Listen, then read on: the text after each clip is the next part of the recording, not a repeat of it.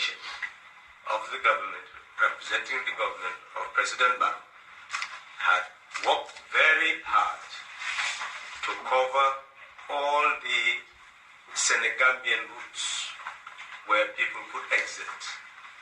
They have covered Siliti, the west coast. They've moved into the North Bank, covered the Abdullah area, Keraib, and command had been given to those in Wellingar, Senoba. They've also covered Senoba, coming to the Soma area, and command has been given to those up country in Wellingar area, so that the returnees will be provided with transports and the facilities needed to integrate them back to the communities from which they flee. We must say that the Gambian community had also risen up to the occasion, where private companies who decided to give support and whose names will be provided by the committee later in announcements over the air, have all collaborated to provide transports and other abilities to ensure that the returnees come back and settle down to the best of our ability without much difficulty. But we will continue to find out more about them since their names are recorded. Follow-up will be done so that concretely one will know any additional problem they may have in their settlement issues process. It is important also to emphasize that solidarity is not only being built on the basis of the military front, but solidarity is also being built on the basis of the Gambian and Senegalese people. The information we receive from the returnees is that many of them who were accommodated in the homes of ordinary Senegalese citizens, provided with all the necessities without any demand. And they live in Senegal with their hearts really left there, because they felt they became a part and parcel of the communities which received them. That is the solidarity that we anticipate will continue to build greater integration, not only Senegal, Gambia, but the whole region, the whole continent. But Senegal, Gambia could be a sample that we, by now, must be very alert and distrust any comments that gives the impression of domination. But understand that the peace we have is a peace the Gambian people fought for, and our neighbors merely gave solidarity. But if the Gambian people did not rise up to the occasion to go and put a government in office based on their consent, this day would have never emerged. If the Gambian people did not listen to the coalition and earmark 19 January, focus on it, remain still and tranquil until that day comes, this day would not have ever arisen. If the Gambian people, when the incumbent at that time became intransigent, decided to go in the street and confronted them, rather than what they actually did, went to their homes, school closed down, working place closed down, but the whole country shut down to a point that it became ungovernable. You can make a country ungovernable by being in the streets. You can also make a country ungovernable by being at home and make that government to be irrational, unfit to govern. That is the history the Gambian people have made. And that is what made ECOWAS to have the possibility of giving solidarity to the country. And they were at the borders, waiting not only for hours but for days, because the Gambian people wanted transformation in peace, not transformation in a state of war. So we can say that the solidarity of the neighbors in showing that no bully will exist in our country, and the resilience of our people that change has been made, and no one will steal their chain from us. That is what has brought the current situation. So President Barrow is preparing to come tomorrow.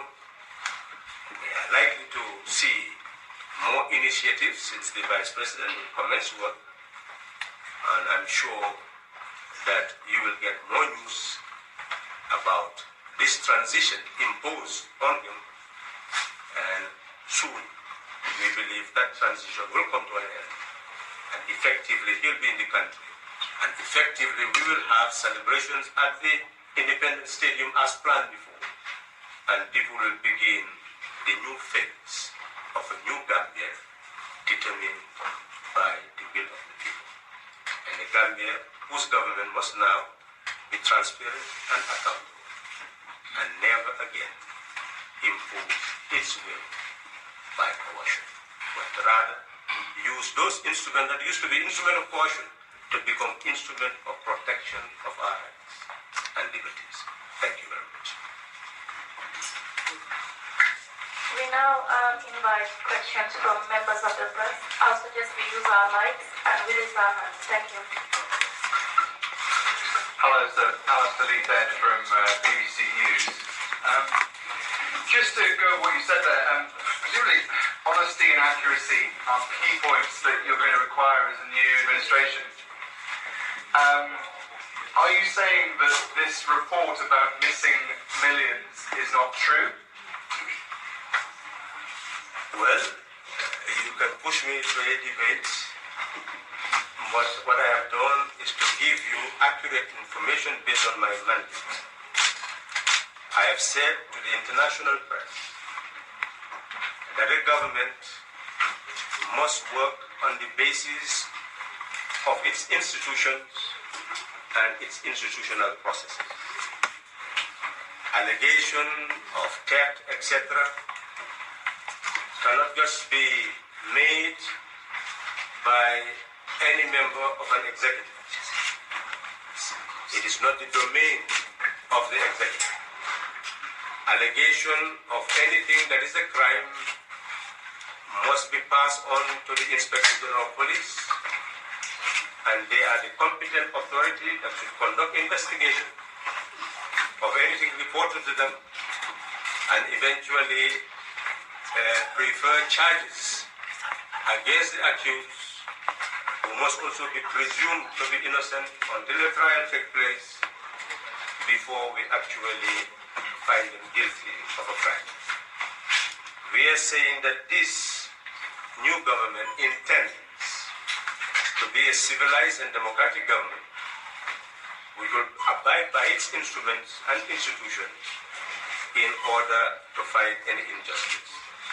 So I have told you, without any ambiguity, that the Inspector General of Police was asked to go to all public enterprises, all public institutions, to examine their current state. Well, what I am reporting to you is that as far as the Central Bank of the Gambia is concerned, those who are in charge of it have stated with clarity that not only the Central Bank is normal and functioning normally, but that all the banks in the country are functioning normally. If other people have any allegation of whatever has been done, I will advise them to hand it over to the Inspector General of Police for investigation. So Mr. Bate was talking nonsense, was he? Well, you can debate with him. For me, I'm giving you the facts.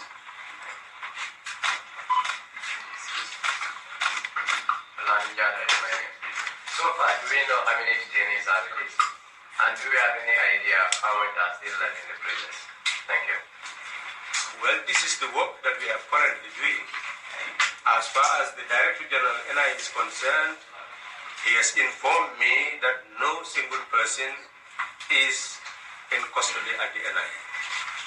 So if anybody holds a contrary view, and make sure that you see me and inform me, or in fact inform the Inspector General of Police, and I'm sure we should be able to act with speed to ensure that justice is done as quickly as possible. But in other detention centers, I told you that in the prisons, obviously they cannot act on their own. That is why the Permanent Secretary, Minister of Interior, is actually being contacted to do some of the groundwork that is necessary for those people, with the Solicitor General, for those people to be released prior to the assumption of office by the Ministers of Interior and Justice. Please, a follow-up, please. In terms of numbers, do we know how much is released from the prison, from the NIA through your IGP, please? Well, this was simply a unilateral action of declaring rather than a head count. But this is something that may have to be done. And I'm sure with this thinking that you have, those are things that we can look into by the people who are released themselves or those who had people detained there, starting the process. And there are institutions now, the Red Cross, all this is now an open society. I think the NGOs can go, the human rights NGOs can go into certain details in terms of documentation. But I agree with you that it is a very important thing. What we had to do initially is just to make sure that the cells are empty and people are free. Okay, please.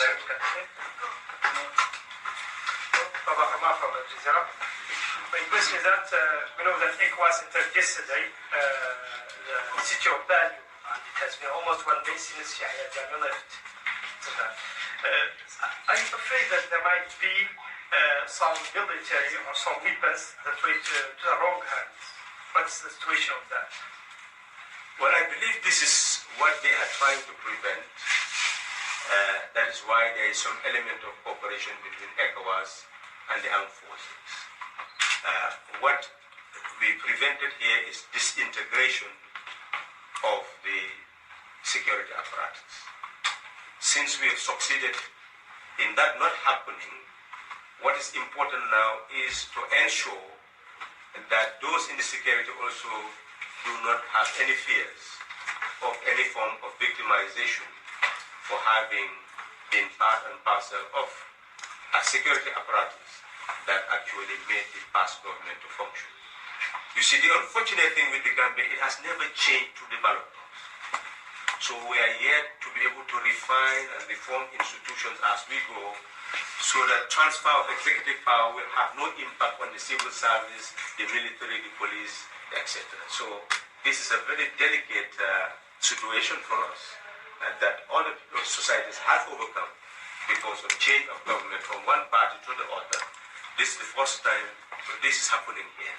So it requires much caution, and we are calling on the president and everybody involved in decision making to exercise that caution, so that we do not have the type of problem that you are actually talking about.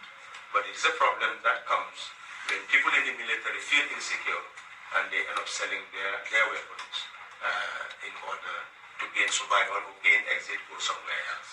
So I believe that we ensure that every Gambian, irrespective of their past, will still have a place in the present.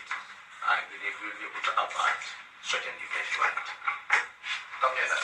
Yesterday we were told the cabinet will be announced today, but so far what we know is the appointment of the vice president. How soon are we expecting the announcement of the composition of the full cabinet? Thank you.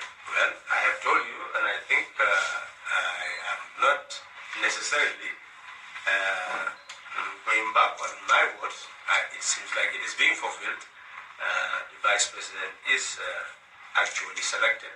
I am sure too that the President Barrow does have in mind all the political appointees. They already know who they are. What is important is balancing it with technocrats so that the cabinet will earn the clout that the Gambian people actually expect. I believe that this is what is holding out the naming of quite a number of people who already themselves know that they were part of a shadow cabinet. Mr. Sallah,